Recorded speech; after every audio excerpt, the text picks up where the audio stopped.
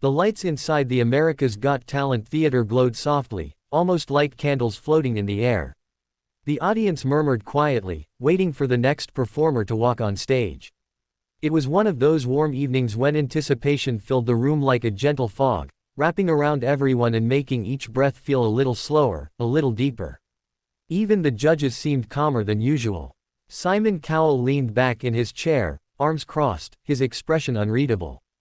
Beside him, Howie Mandel tapped his fingers lightly on the desk, while Heidi Klum smiled at the crowd. Sofia Vergara fixed her microphone, ready for whatever was about to happen next. Backstage, a man stood alone. He was in his mid-30s, wearing a simple black jacket, dark jeans, and polished shoes. His name was Elias Ramirez, a Filipino singer who had spent most of his life performing in small bars, community events, and street corners covered with bright manila lights. He wasn't famous. He wasn't even well-known in his own town. But he carried something inside him, something warm, deep, and familiar. People who heard him sing often said he sounded like Elvis Presley, not because he tried to impersonate him, but because his voice carried that same rich softness, that warm echo that felt like a story from another time. Now he was here, standing behind the stage curtain, holding a microphone in one hand and a small silver rosary in the other. He closed his eyes slowly. His breath trembled. He wasn't nervous about singing. He was nervous because he wasn't sure if anyone would care. He had traveled far, leaving his family behind in the Philippines, hoping for a moment, just one moment, where the world might finally see him. But the world was big, and he often felt small. A staff member gave him a gentle nod. "You're next," she whispered. Elias opened his eyes, breathed quietly, and stepped into the light. The crowd clapped politely as he walked forward. He moved slowly, not out of fear, but because he wanted to take it all in. The huge room, the smell of fresh paint on the stage floor, the cameras resting on their metal arms, the eyes watching him from every direction. To him, it all felt unreal, like a dream painted with colors he had never seen before. Simon leaned toward his microphone. "Hello," he said, his voice steady. "What's your name?" "Good evening," Elias said softly. "My name is Elias Ramirez. I'm from the Philippines." His accent was gentle, warm, slightly musical. Heidi smiled instantly. Sophia brightened. The audience gave a small cheer. "What will you be doing for us tonight?" Howie asked. Elias looked down at his hands. "I'll be singing a song that means a lot to me. It's inspired by Elvis Presley. He was someone I listened to with my father when I was young." Simon raised an eyebrow. "So you're an Elvis fan?" Elias nodded. "Yes, sir." Simon sighed, a slow, skeptical sound.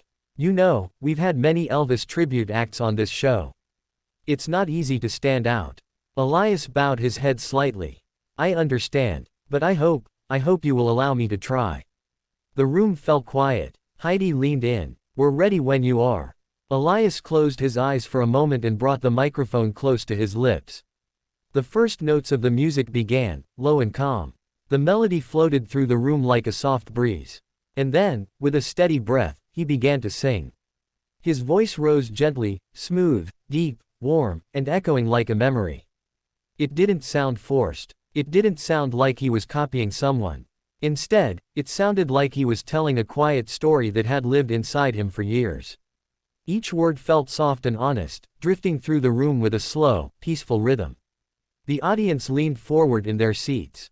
Some placed their hands over their hearts. Others whispered to the person beside them.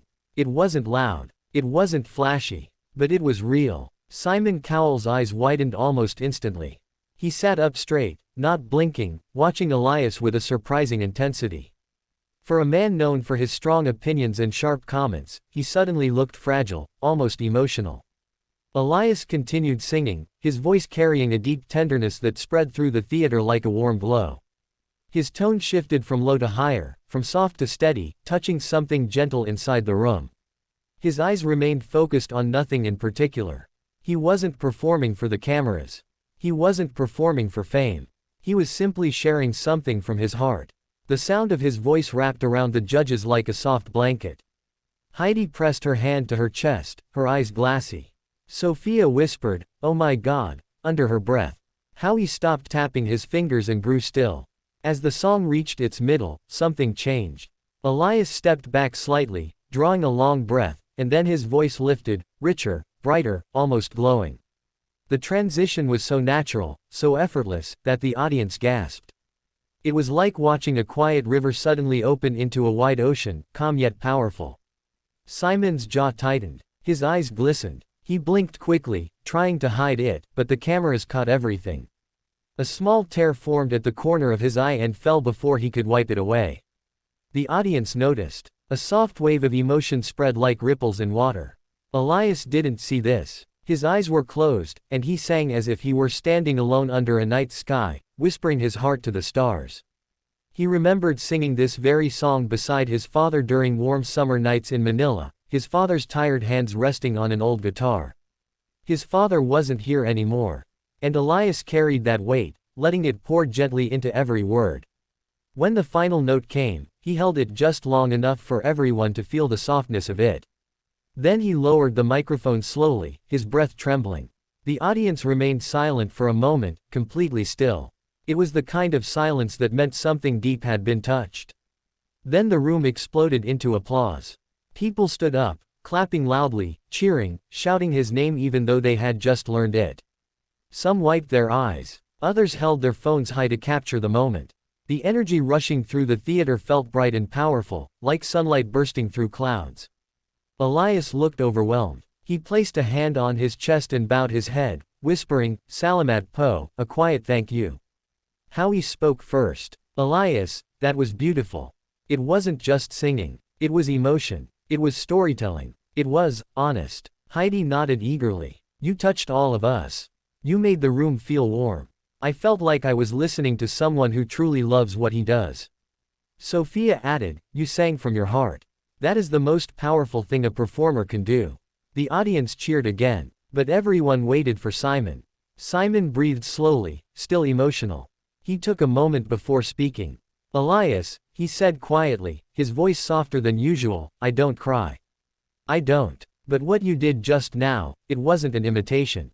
It wasn't a tribute. It was you. Your voice, your soul, your story." He paused, swallowing hard. "My father loved Elvis. He used to play those records all the time. And I felt like I was sitting with him again tonight. You brought something back that I didn't expect." Elias froze, stunned. Simon continued. "And for that," he pushed back his chair and stood up. "For that, I want to give you something." The audience screamed immediately, sensing what was coming. Simon walked toward the golden buzzer. Elias covered his mouth with his hands, trembling. Tears ran down his cheeks. He whispered, "Oh my God," repeatedly, unable to believe what was happening. Simon placed his hand on the golden buzzer. "You deserve this moment," he said softly. "You deserve to be heard. You deserve to be seen." And then he pressed it. The golden buzzer exploded like a sunrise, bright gold confetti raining from the ceiling, swirling around Elias like a shining storm. The music rose, echoing through the theater. The audience stood, cheering with all their strength. Elias knelt down slowly, overwhelmed, his shoulders shaking with tears. Heidi and Sophia rushed to him, helping him stand. "You did it," Heidi shouted. "You really did it." Simon came to the stage, something he rarely did. He placed a hand on Elias's shoulder. "This is just the beginning," he said gently. Elias tried to speak, but no words came out. All he felt was the warm rush of a dream finally touching his hands. The golden confetti clung to his hair and clothes like tiny stars. Every moment felt unreal, like a memory unfolding in slow motion. Backstage, after the excitement settled, Elias sat alone for a moment. The noise faded behind him. He held his small rosary again, the one he carried everywhere. He looked up, whispering a soft prayer of gratitude. Not just for the golden buzzer, not for the applause, but for the chance to share something meaningful. For the chance to let the world hear the voice his father had once encouraged. He remembered his father's words, "Sing with your heart, Anik. Even if only one person listens, make it worth it." Tonight, millions had listened. But Elias still felt the presence of that one person most of all. When he stepped outside the theater doors later, the night air was cool and calming. The sky above Los Angeles was dark but sprinkled with stars. He breathed deeply, letting the cool wind fill his lungs. People recognized him instantly and cheered, taking photos, asking for hugs. But through all of it, Elias remained quiet, grateful, humble. He walked down the sidewalk slowly, feeling the weight of the moment settle softly inside him. He didn't know what the future would bring. He didn't know if he would win, or how far this journey would take him. But for the first time in a long time, he felt seen. He felt valued. He felt like his voice had a place in the world. And as he walked away from the glowing lights of the AGT theater, he carried with him something no prize, no title, no trophy could ever replace. He carried hope, gentle, warm, and shining, just like the golden confetti that had fallen around him. A hope that whispered softly, "You belong here."